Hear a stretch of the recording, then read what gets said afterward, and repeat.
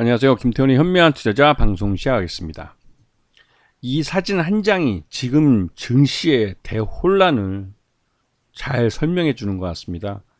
도널드 트럼프가 다시 한번 미국 대통령이 되는, 이거 트럼프 2기 정부가 들어줄 수 있다는 불안감이 전 세계 증시를 강타하고 있습니다. 이게 이제 일단은 조 바이든 지금 현 대통령이 너무 늙었다는 것, 그리고 너무 늙었는데도 불구하고 대통령을 계속 하고 싶어하는 노욕에 빠져있는 아주 참 보기 싫은 모습을 보여주고 있어서 미국인들이 이 국상을 치를 줄도 모를 조 바이든보다는 그래도 이 암살 위기에서 살아 돌아온 강인한 모습을 보여주는 이 트럼프에 더 빠져드는 것 같습니다.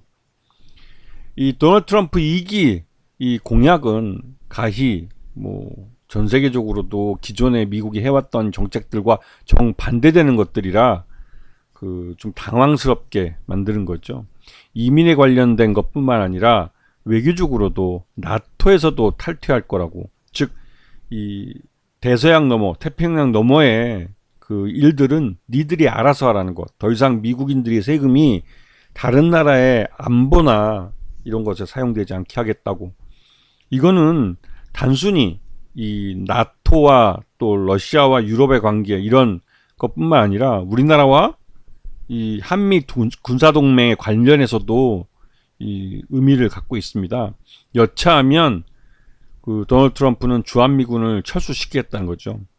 근데 여기서 알아야 될 것은 우리나라에 2만 5천 명의 거의 2만 5천 명쯤 되죠. 그 미군을 주둔시키고 있는데 이 주둔 인원이 미국 본토로 이전을 하면 이들 대부분 실업자가 될 거라는 것이죠.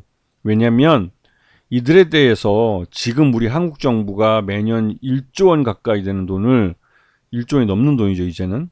그 주한미군 주둔비로 미군에게 주고 있고, 이 돈이 이 주한미군의 실제 한국 내 주둔위에서 사용되는 다양한 자금으로 활용이 되고 있습니다.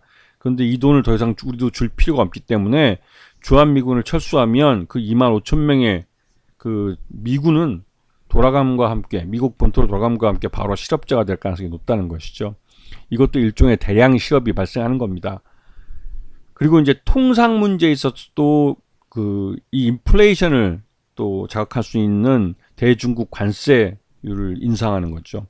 이 부분은 미국인들이 참 어리석다는 것인데, 그동안 미국인들이 그 카드빚으로 또 값싸게, 그 나름대로 그래도 그 값을 하는 제품들을 쉽게 사용할 수 있었던 것은 그 중국이 그런 싸구리 제품들을 계속 만들어서 미국에 수출해 줬기 때문에 그렇습니다.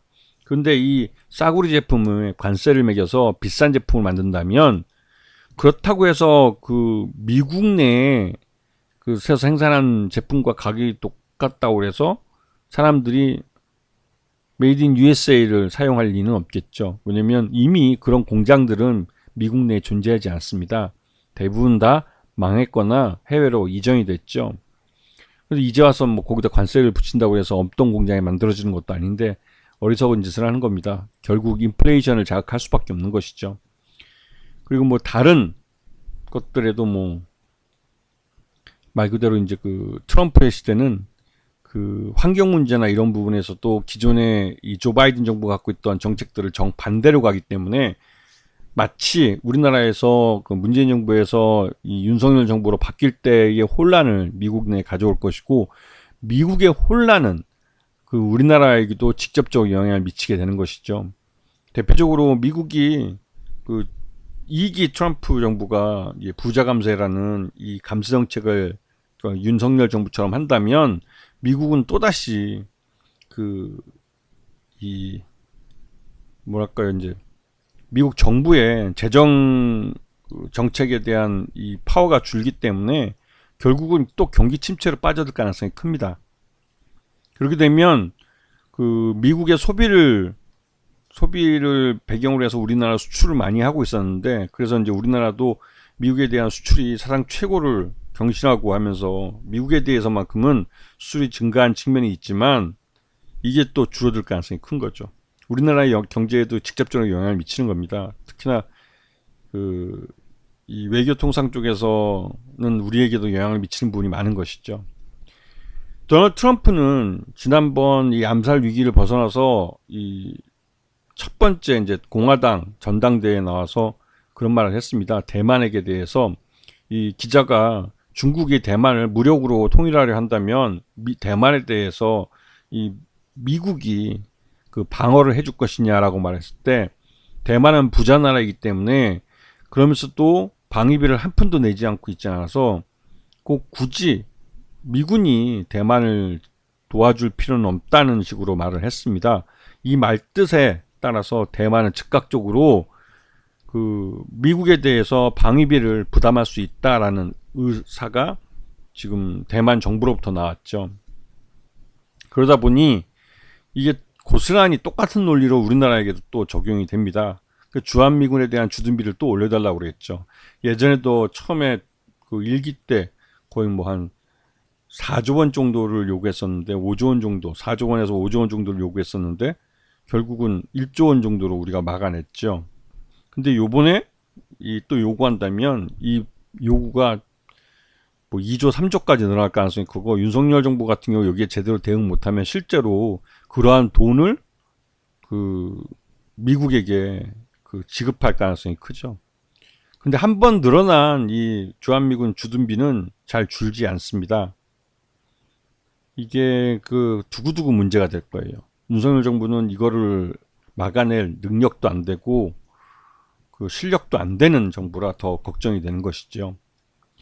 여기다가 트럼프는 바이든 정부의 정책들을 모두 그 과거로 자기의 이제 트럼프 일기 때로 돌리려고 합니다. 이게 이제 인플레이션 자극법, 인플레이션 그 법이라고 하는 IRA법이나 반도체 지원법이라고 하는 칩스법 등을 모두 폐지하려고 하는 것이죠.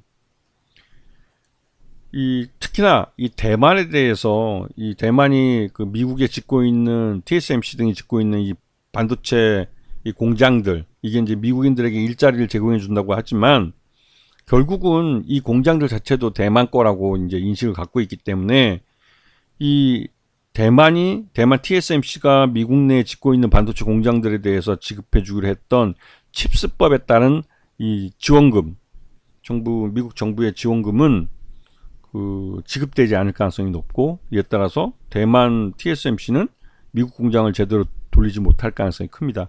이 부분은 실제로 그 대만 TSMC가 그 미국 내 공장을 짓다 말다 하면서 계속 가동기를 뒤로 연기하고 있는 데서도 알 수 있듯이, 실제로 또 미국 내에서 이 대만 TSMC나 우리 삼성전자나 SK하이닉스가 만든 공장을 운영할 만한 운영 능력을 갖고 있는 그런 인재들을 우리 한국인들의 몸값 정도로 뽑을 수가 없다는 것이죠. 그 말뜻은 비용이 너무 든다는 겁니다. 미국 내에서 생산하는 게 미국 정부의 보조금이 없다면 미국 내에서 생산할수록, 반도체를 생산할수록 손실을 본다는 거죠. 그래서 그 미국 공장을 제대로 가동할 이유가 없어지는 겁니다.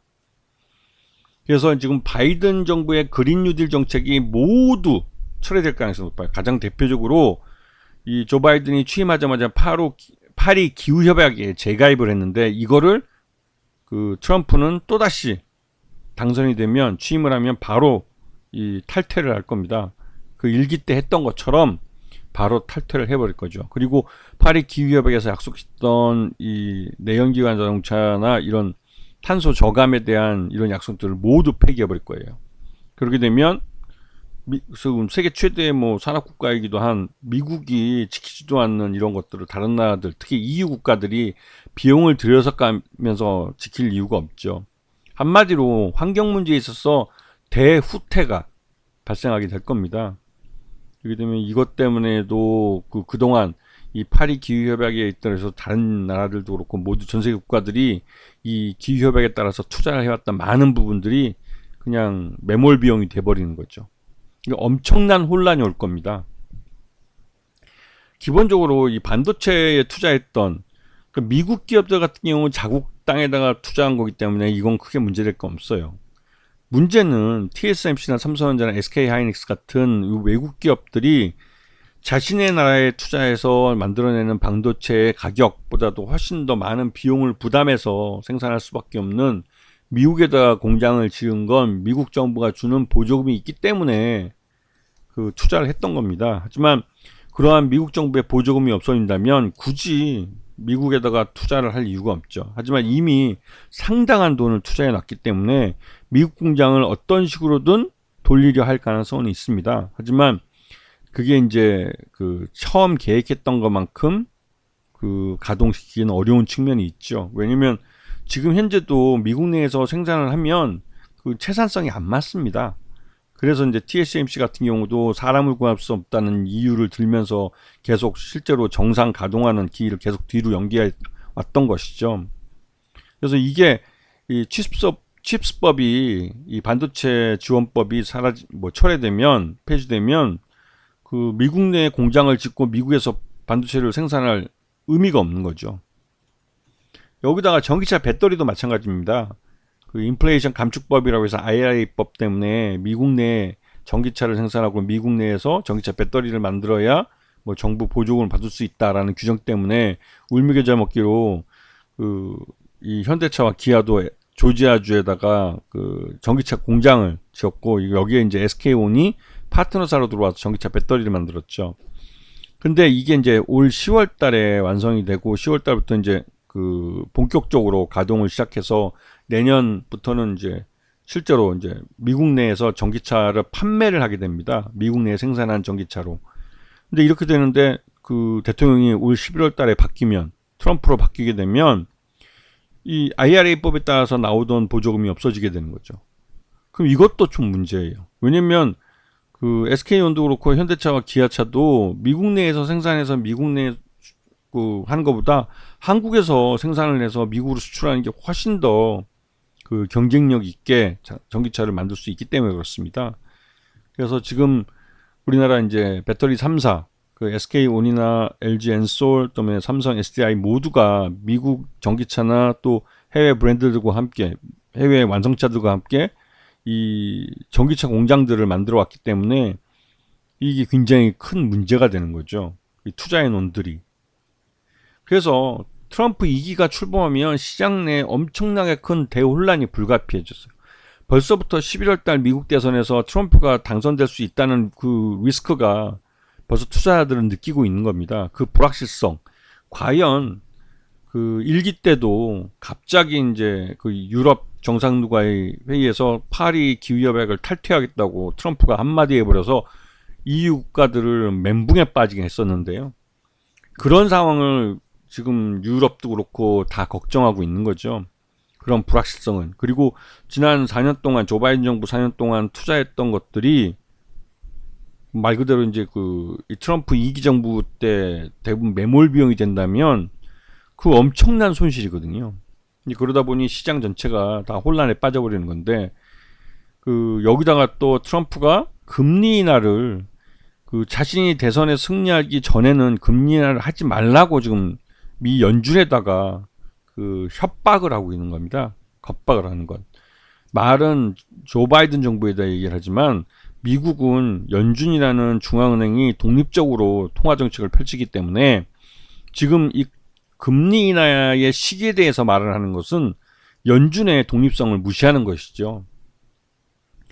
도널드 트럼프는 이런 기본적인 상식을 벗어나서 말을 하고 주장하고 강요를 할 수 있는 그런 황당한 놈입니다.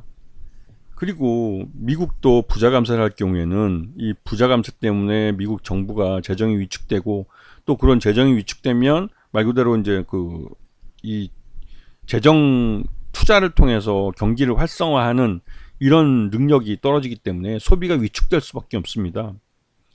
소비 위축은 경기 침체로 이어질 수 있고 또 미국의 소비 위축은 우리나라 한국 수출 기업들에게는 그만큼의 수출 감소를 가져올 수 있는 리스크가 있는 것이죠. 그리고 여기다가 미국의 그 요번에 조 바이든 그러니까 도널드 트럼프의 그 부통령으로 나선 그 상원의원 그 사람은 미국 빅테크에 대해서 굉장히 반감을 갖고 있는 사람이에요. 그래서 빅테크 기업들은 독과점 회사들이라고 해서 이 안티트러스트법에 따라서 독과점을 해소하기 위해 기업을 분할해야 한다고 주장하고 있는 사람입니다. 물론 미국 정치에서 부통령은 존재감이 없는 그런 존재를 할지라도 실제로 이 빅테크 독과점 해체에 대한 이 기업 분할에 나설 경우에는 말 그대로 우리가 쉽게 알고 있던 구글이나 또 이 애플도 그렇고 이런 업체들이 그 조각조각 나눠질 가능성이 크죠. 실제로 미국은 그 대공황 때 전기, 전자, 뭐 파시픽베리니, 뭐 AT&T니 뭐 이렇게 그러니까 전화, 그다음에 이 전력 이런 기간 산업에 대해서 독과점이 돼 있던 기업들을 조각조각 잘라버린 적이 있습니다. 그렇게 해서 서로 경쟁하게 만들었던 거죠. 그리고 여기다 한 가지 우리나라에 특화되어 있는 게 이제 북미 정상회담이 있을 수 있다는 거죠. 북한과 미국이 우리 한국을 그 왕따시키고 자기들끼리 정상회담을 해서 북미 정식 수교를 하게 될 경우에는 이 북한에 대해서 핵무기 보유를 인정해 주는 꼴이 됩니다. 이렇게 되면 이 동북아시아에서 핵무기를 갖지 못한 나라는 일본과 우리나라뿐인데, 일본은 이 우라늄 재농축을 할 수 있는 국가이기 때문에 맘만 먹으면 그 단 며칠 만에 핵무기를 만들어낼 수 있는 나라죠. 그렇기 때문에 일본과 우리나라하고는 또 사정이 다릅니다. 결국은 북한이 핵무기를 만들었을 때 일본도 핵무장을 할 가능성이 크고, 우리나라만 핵무장에 대해서 그 시기를 놓친다면 이 동북아시아에서 핵무기를 갖고 있지 않는 유일한 나라가 우리나라가 돼버리는 거죠. 진짜 위험해지는 상황입니다. 그리고 그나마도 이렇게 여러 가지 우리나라에게 부정적이고 나쁜 그런 상황이 트럼프 2기 출범과 함께 우리 앞에 딱 나타나게 되는데, 그나마도 그 사이에서 좋은 점이 있다면 윤석열 정부 3년 동안 우리가 잃어버렸던 것들을 만회할 수 있는 시간을 확보할 수 있다는 거죠. 최소한 미국도 4년 동안은 우리나라 윤석열 정부 시기와 같이 그 과거로 회귀하는, 예전으로 돌아가는, 그리고 그런 만큼 이제 기존에 투자해왔던 것들을 다 날려버리는 그런 대혼란의 시기를 겪기 때문에 우리나라도 최소한 윤석열 정부 3년 동안 잃어버렸던 것들을 다시 쫓아갈 수 있는, 만회할 수 있는 시간을 가질 수 있다는 일말의 아주 작은 희망은 볼 수 있는 것이죠. 자, 그래서 코스피를 보시게 되면 지금 최근 들어서 코스피는 지난번에 2896포인트를 찍고 나서 바로 기존 추세를 완전히 이탈해 버렸습니다. 완전히 이탈해 버렸어요. 그래서 이 말뜻은 지난 11월 달부터 시작해서 올해 지금 7월 달까지 시장을 주도해서 끌어올렸던 대형주 중심의 장세가 끝나고, 이제는 이 대형주 중심으로 해서 차익 시전이 쏟아지면 그 밑에 중소형주 중에서 뭐 기회가 나오는 그런 중소형주 장세가 나타날 가능성이 크다는 겁니다. 이거는 코스닥에도 마찬가지인 거죠. 코스닥은 이미 지난 3월 달에 1분기 끝에 이미 3월 26일 날 922포인트를 찍고 추세 전환을 해버렸습니다. 지금 이 보이시는 이런 차트가 앞으로 코스피 지수에서 나타날 가능성이 큽니다. 그리고 최소한 11월 달 미국 대선의 결과가 나올 때까지는 이런 불확실성이 시장을 지배할 가능성이 커요. 그렇기 때문에 지금은 아직까지 기준금리 인하가 언제 될지 불확실한 측면도 있고, 이게 이제 시장이 희망하는 것처럼 9월 달에 된다면 그나마 좀 다행일지 모르겠지만, 9월 달에 금리 인하를 한다 할지라도 올해 1년 동안 금리 인하를 2회 이상 하기 어렵다고 생각되고 있기 때문에 결국은 11월 달에 미국 대선에서 도널드 트럼프가 재선에 성공한다면 그 앞으로 있을 그 혼란함 때문에도 시장은 이런 불확실성을 회피하려고 움직일 가능성이 큽니다. 지수 관련 대형주보다는 중소형주 쪽에서 기회가 있는 그런 중소형주 테마주 장세가 나타날 가능성이 큰 거죠. 아시겠죠? 자, 오늘 방송 여기서 마치겠습니다. 감사합니다.